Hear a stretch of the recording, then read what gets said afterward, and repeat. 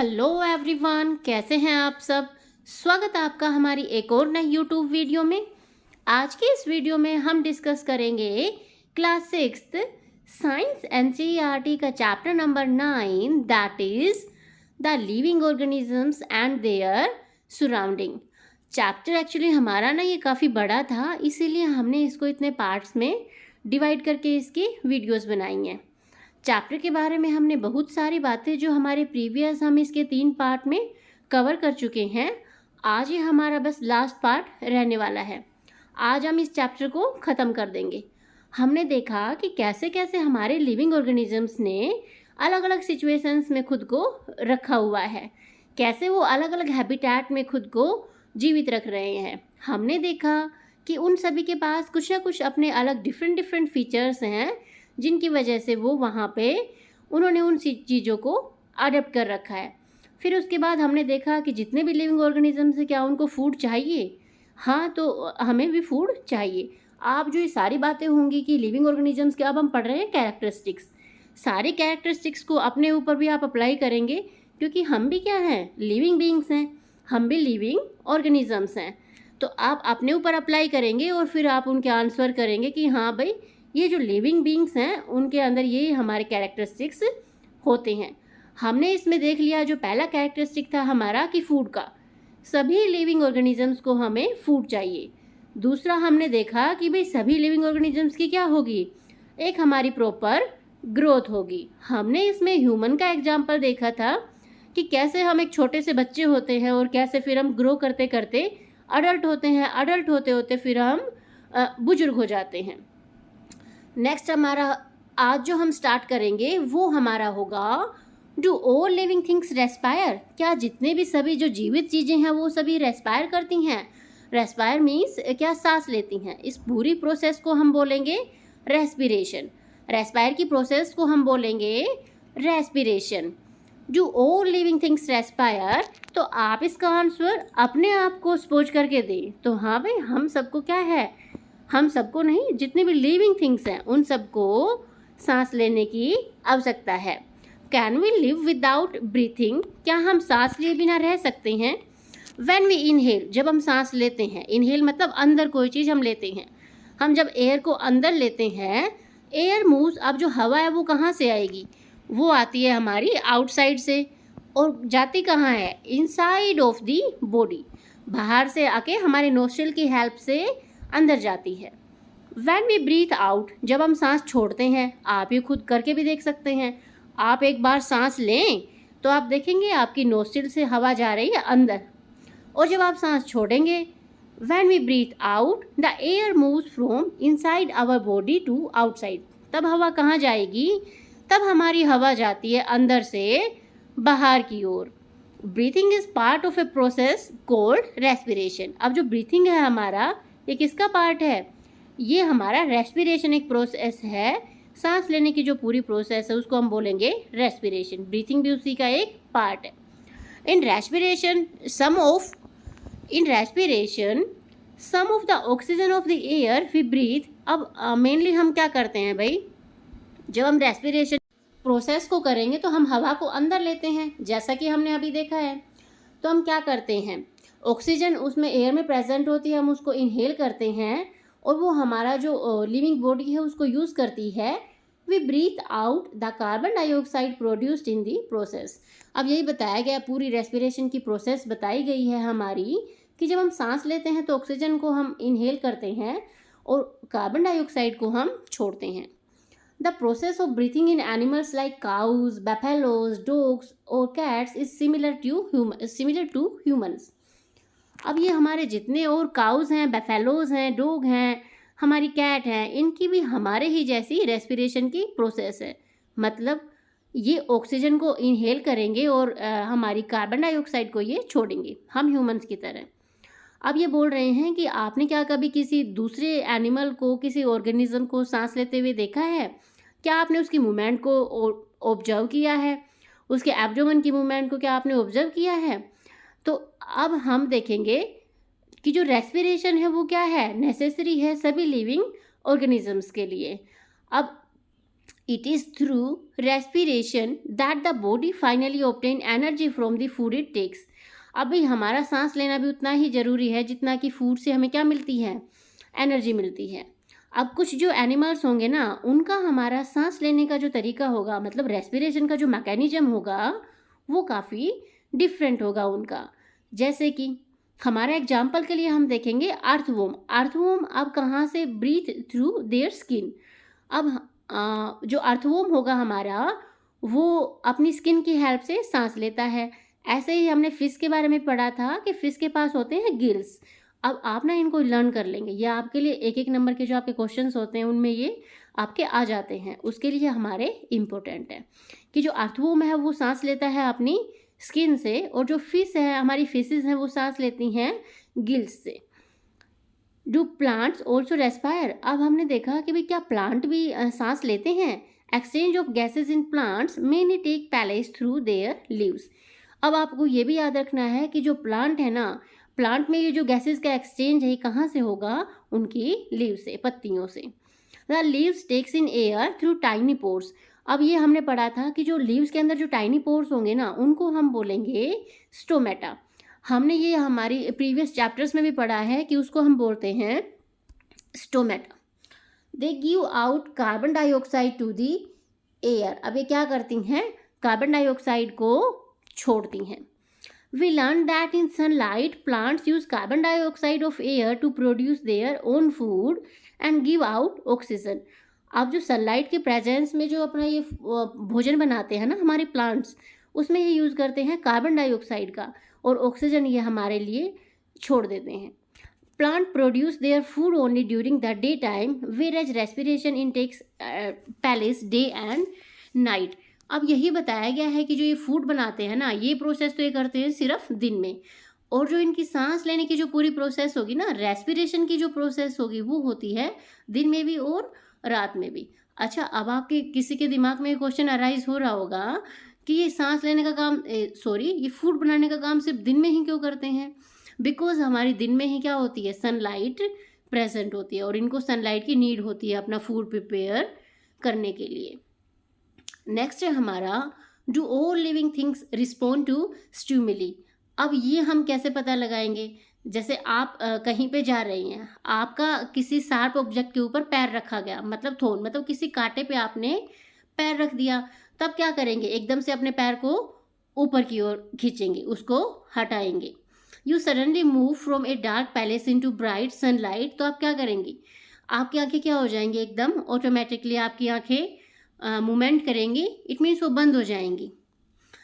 Next हमारा बताया गया है योर फेवरेट फूड. अगर आपका कोई फेवरेट फूड है, उसकी जो खुशबू है आपको वो दिखाई दे, आप सपोज करें आपके आलू के पराठे आपके फेवरेट हैं, तो आप दूर से पहचान जाएंगे कि हाँ, ये तो हमारे घर में आलू के पराठे बन रहे हैं. तो आप क्या करेंगे, रिस्पॉन्ड करेंगे, जल्दी जल्दी से जाएंगे और देखेंगे कि क्या बना है. All of us respond immediately to such changes. अब जितने भी हमने ये चेंजेस देखे ना, हम सभी लिविंग ऑर्गेनिजम्स इनके रिगार्डिंग क्या करते हैं भाई, किसी ना किसी चेंज के रिगार्डिंग हम रिस्पॉन्ड करते हैं. Changes in our surroundings that makes us respond to them are called stimuli. अब हमने स्टिमुली किसको कहा, कि ऐसा कोई चेंज जो हमारे आसपास हमारी सराउंडिंग में हो रहा है, और हम उसके प्रति क्या कर रहे हैं, अपना रिस्पॉन्स कर रहे हैं, हम कुछ प्रतिक्रिया अपनी दे रहे हैं, उसी को हम बोलेंगे स्टिमुली. अब नेक्स्ट होगा हमारा, do other animals also respond to stimuli.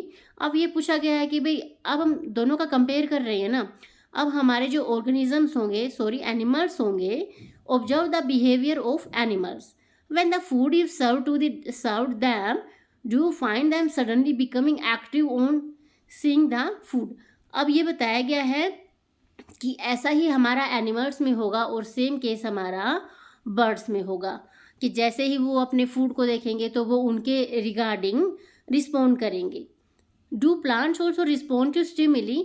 अब ये हमारा बताया गया है कि क्या हमारे जो प्लांट्स हैं ना, अब हमने ह्यूमंस का तो देख लिया, उसके बाद हमने एनिमल्स का भी देख लिया, अब हम देख रहे हैं प्लांट्स का. क्या जो हमारे प्लांट्स हैं वो भी रिस्पॉन्ड करते हैं किसी स्टिमुली के रिगार्डिंग. अब आप देखिए, flower of some plants bloom only at night.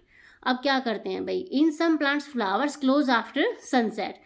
किसी प्लांट के तो फ्लावर रात में हमारे खिलते हैं, या किसी के क्या होते हैं, बंद हो जाते हैं जब सनसेट हो जाता है, जब सूर्य छिप जाता है तो वो प्लांट अपना फूल भी उसके मुरझा जाते हैं, बंद हो जाते हैं। जैसे कि हमारा एक एग्जाम्पल दिया गया है मिमोसा, हम इसको क्या बोलते हैं, इसका ये बॉटनिकल नेम है मिमोसा। इसको हम अपना जो कॉमन हम बोलते हैं वो होता है टचमी-नोट, हिंदी में बोलेंगे छुई मुई का, जो अपना छुई मुई का जो प्लांट होता है वो आप सभी ने देखा ही होगा। उसकी जो पत्तियां हैं वो क्या हो जाती हैं, क्लोज हो जाती है जब हम उसको क्या करते हैं, टच करते हैं, इसीलिए इसका नाम रखा गया है टचमी-नोट। These are some examples to response of plants towards changes in their surroundings. तो हमने देखा कि जो हमारे एनिमल्स हैं, या हम ह्यूमंस हैं, या कोई भी लिविंग ऑर्गेनिजम्स हैं, हमारे इवन प्लांट भी, वो भी क्या करते हैं, एक पर्टिकुलर स्टिमुली के रिगार्डिंग रिस्पोंड करते हैं।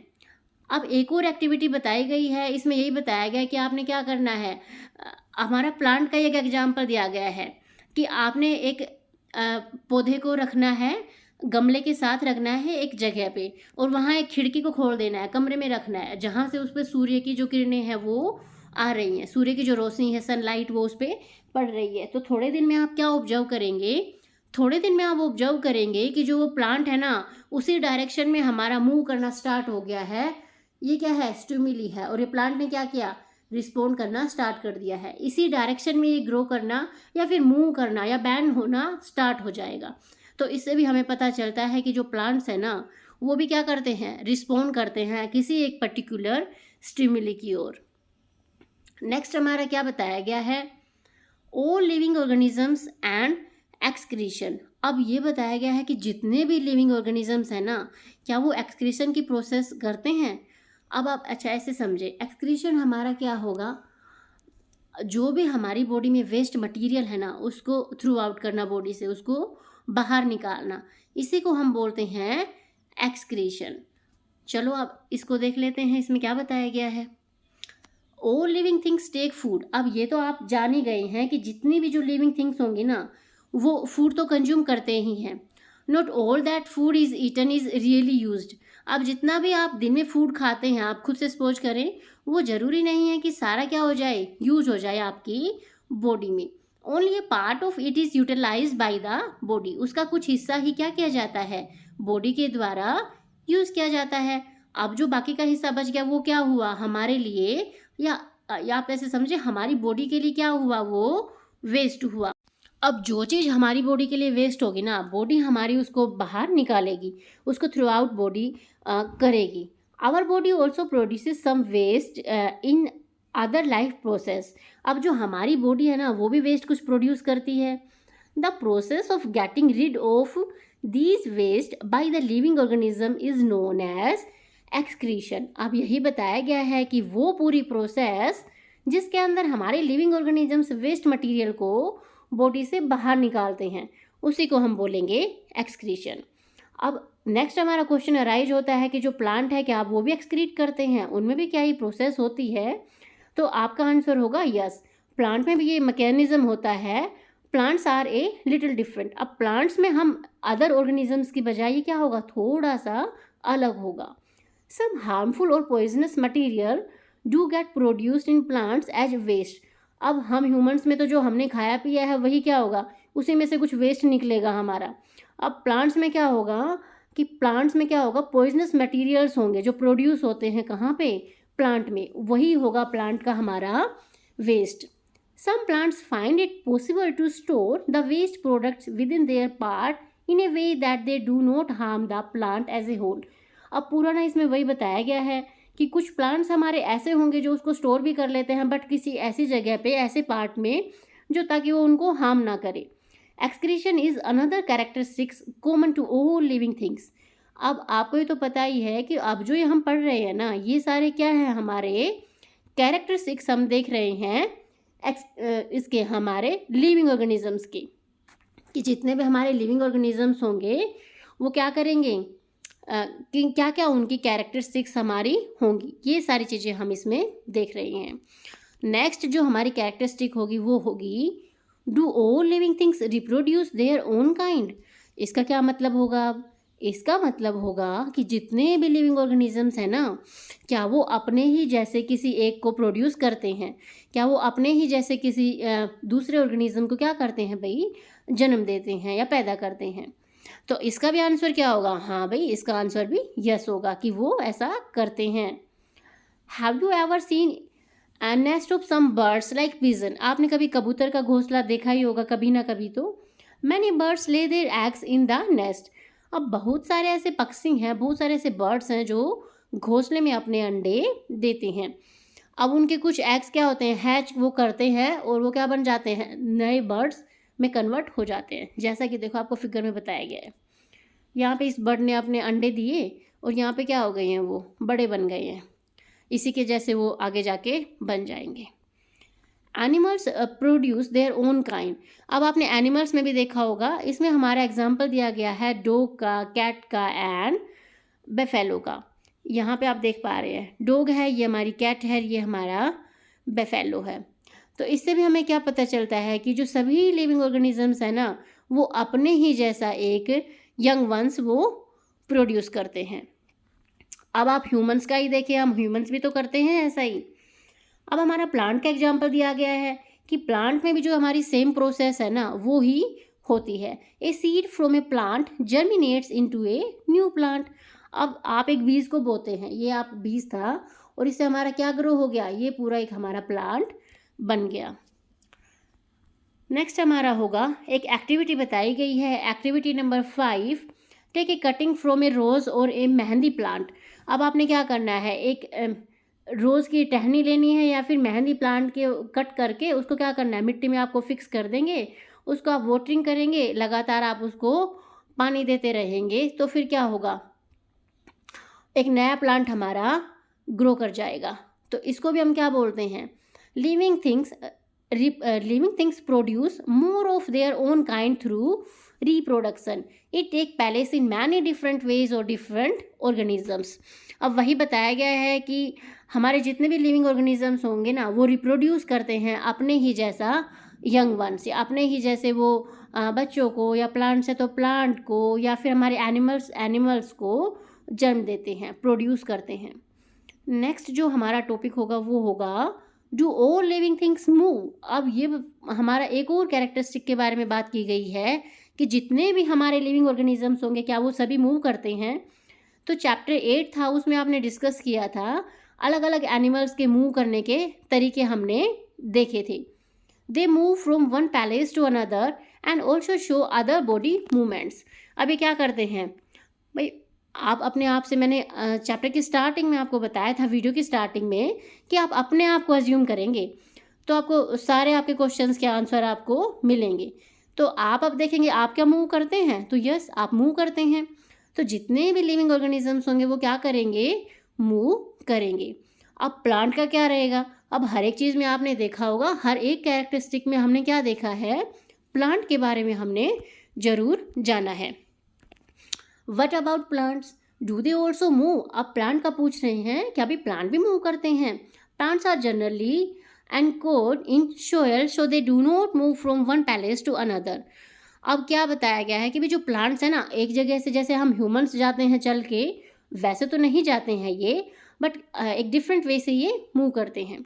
However various substances like water, mineral and the food synthesized by them moves from one part of the plant to another। अब एक हिस्से से दूसरे हिस्से में इनका क्या करता है, वाटर, फूड और ये मिनरल, ये क्या करते हैं भाई, मूव करते हैं। Have you noticed any other kind of movement in plants.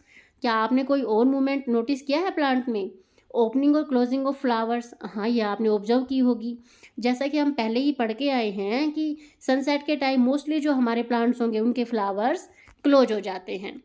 Do you recall how some plant show movement in response to certain stimuli. अब हम देखेंगे कि कैसे कैसे हमारे जो प्लांट्स हैं ना, अलग अलग मूवमेंट के रिगार्डिंग रिस्पॉन्स, एक स्टिमुली के रिगार्डिंग रिस्पॉन्स ये देते हैं। तो हमारा होगा we also have some non living things moving of course. अब इसमें बताया गया है कि जो हमारी कुछ नॉन लिविंग थिंग्स भी होंगी ना, वो भी मूव करती हैं। जैसे कि हमारी बस है, कार है, स्मॉल पीस ऑफ पेपर है, हमारे क्लाउड्स हैं एंड सो ऑन। आप कमेंट बॉक्स में और इन सभी चीज़ों के एग्जाम्पल्स लिख सकते हैं कि कौन कौन से हमारी नॉन लिविंग थिंग्स मूव करती हैं। Is there something different in these movements from the movements of living beings. अब पूछा गया है कि जो एक तो नॉन लिविंग थिंग्स हमारी क्या करेंगी, मूव करेंगी, और एक हम ह्यूमंस या फिर लिविंग थिंग्स हमारी मूव करेंगी, उसमें क्या डिफरेंस है। There is such a variety of living organisms. अब क्या है भाई, अलग अलग बहुत तरह की वेराइटी है हमारे लिविंग ऑर्गेनिजम्स की, तो but all of them show some common characteristics. जैसा कि हम ऊपर पढ़ के आए हैं, सभी एक्सक्रीशन करते हैं, रेस्पिरेशन करते हैं, ग्रो करते हैं, तो सभी के क्या हो गए थे, ये कॉमन कैरेक्टरिस्टिक्स हो गए थे। As we have discussed, yet another common characteristics is that living beings die.